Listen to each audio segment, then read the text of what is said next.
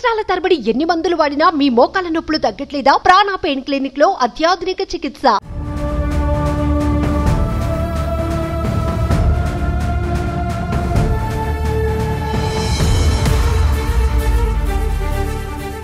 కొన్ని రోజులుగా తెలుగు రాష్ట్రాలలో సంచలనంగా మారిన దివ్యల మాధురికి రోడ్డు ప్రమాదం మరో సంచలనంగా మారింది.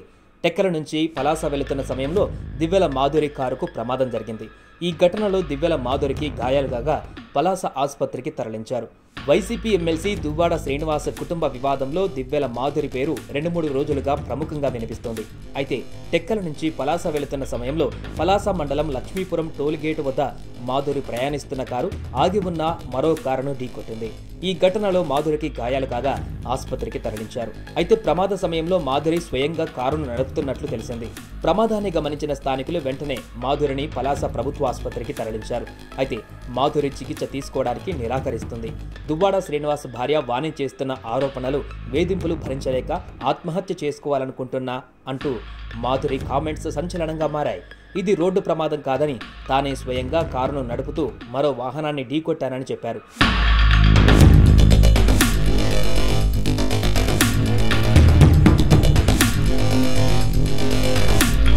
తనకు చికిత్స కూడా వద్దని వైద్య చికిత్సను దివ్యల మాధురి నిరాకరిస్తున్నారు.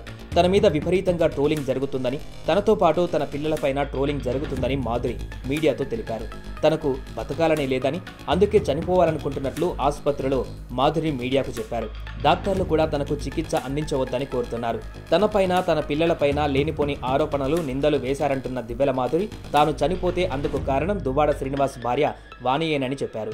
వేధింపులు భరించలేకే ఆత్మహత్య చేసుకుందామని హైవే మీదకు వెళ్లినట్లు మాధురి చెబుతున్నారు. మరోవైపు శనివారం మీడియాతో మాట్లాడిన దివ్యల మాధురి దువ్వాడ శ్రీనివాస్ను అతని భార్య పిల్లలు ఇంటి నుంచి గెంటేశారని చెప్పుకొచ్చారు. దువ్వాడ శ్రీనివాస్ తాను కలిసే ఉంటామని స్పష్టం చేశారు. త్వరలోనే ఇరువురు వేర్వేరుగా విడాకులకు దరఖాస్తులు చేస్తామని దివ్యల మాధురి చెప్పారు. దువ్వాడ శ్రీనివాస్ తన బంధాన్ని రాజకీయ కోణంలో చూడవద్దని సూచించారు. అయితే ఈ ఇన్సిడెంట్తో దువ్వాడ శ్రీనివాస్ కుటుంబం వివాదం మరింత సెన్సిటివ్గా మారింది.